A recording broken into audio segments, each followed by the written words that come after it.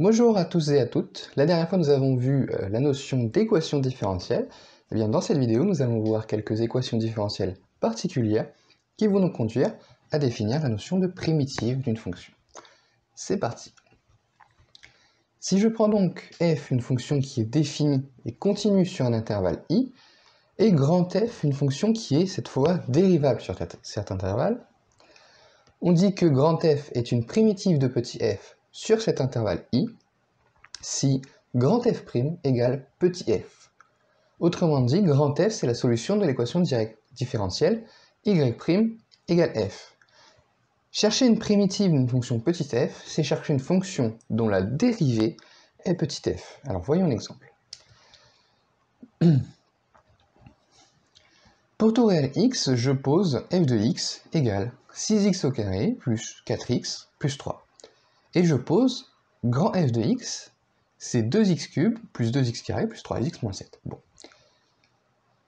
Eh bien, ce dont je me rends compte, c'est que pour tout réel x, quand je dérive grand f, donc si je dérive 2x cube, ça me fait 3 fois 2x au carré, donc 6x au carré. Si je dérive 2x au carré, ça me fait 2 fois 2x, donc 4x. Si je dérive 3x, ça me donne plus 3, donc ça me fait 6x carré plus 4x plus 3. Ah tiens, c'est justement f. Donc pour tout réel x, grand f' de x, c'est petit f de x. Grand f est donc une primitive de petit f. Et la bonne nouvelle, c'est que pour n'importe quelle fonction continue sur un intervalle i, eh bien cette fonction, elle admet des primitives sur cet intervalle. Alors vous notez que j'ai bien dit des primitives et pas une seule et unique primitive, parce qu'il y en a plusieurs.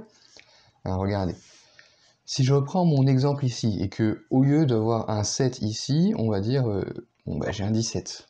Si je dérive grand f de x, j'obtiens toujours f.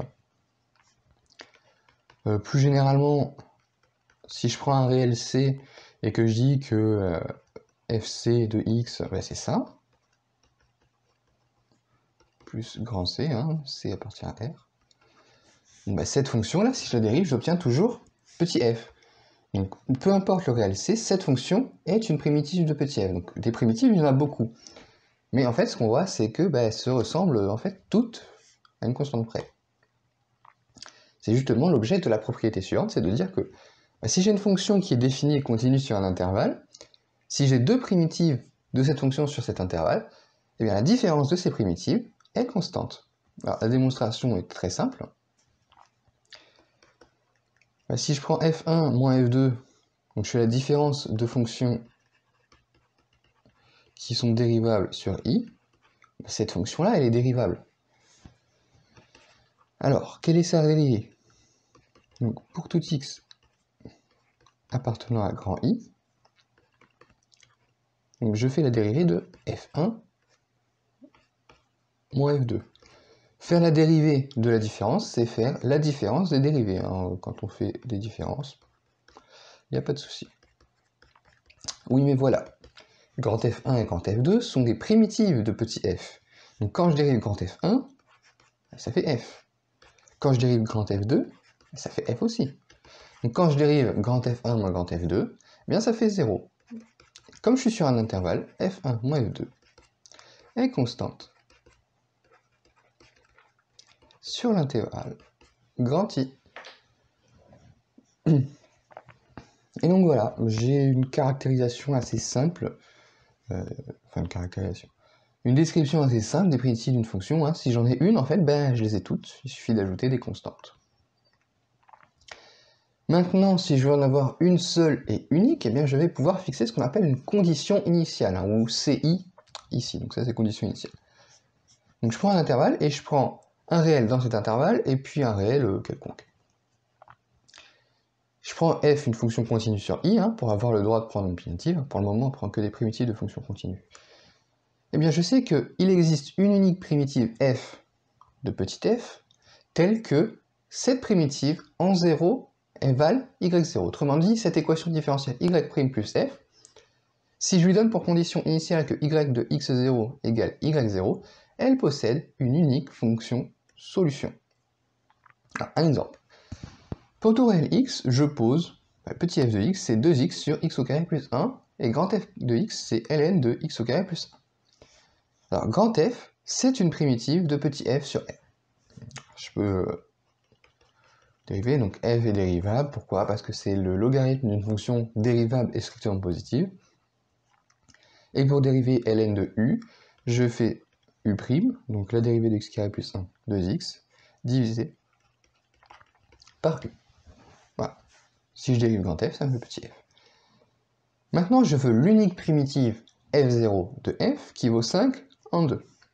Alors, f0, c'est une primitive de f, de petit f. Donc, puisque f0 est une primitive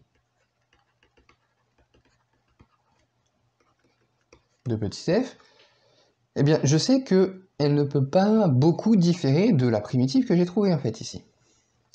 Il existe un réel, une constante c, telle que pour tout réel petit x, eh bien f0 de x, c'est f de x plus c. C'est cette fonction-là, cette primitive-là, plus une constante. Mais qu'est-ce que j'ai comme information? J'ai que en 2,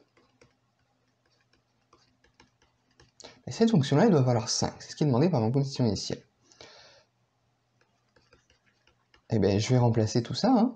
Si je regarde grand f de x, donc c'est ln,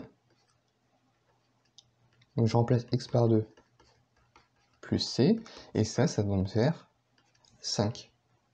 Ainsi, grand C, c'est 5 moins ln de 5. Je peux conclure, hein, j'ai déterminé la valeur du réel C. Finalement, pour tout réel x, f0 de x, c'est ln de x carré plus 1 plus 5, alors, moins ln de 5. Ce que je vais faire, c'est que j'aime pas trop avoir des ln qui se suivent, je vais les rassembler. Hein. On se rappelle que ln de a moins b, ln de a moins ln de b, pardon, ça fait, hop, ln de a sur b. Et voilà ma fonction. Alors, je vérifie, hein, surtout, si je redérive, j'obtiens bien 2x sur x carré plus 1, et surtout, quand je regarde, quand x vaut 2, eh bien, ln de 2 au carré plus 1, donc ça fait ln de 5 sur 5, ça fait ln de 1, ln de 1 vaut 0, 0 plus 5, ça vaut bien 5. En 2, cette fonction vaut bien 5. Et j'ai tout ce qu'il faut.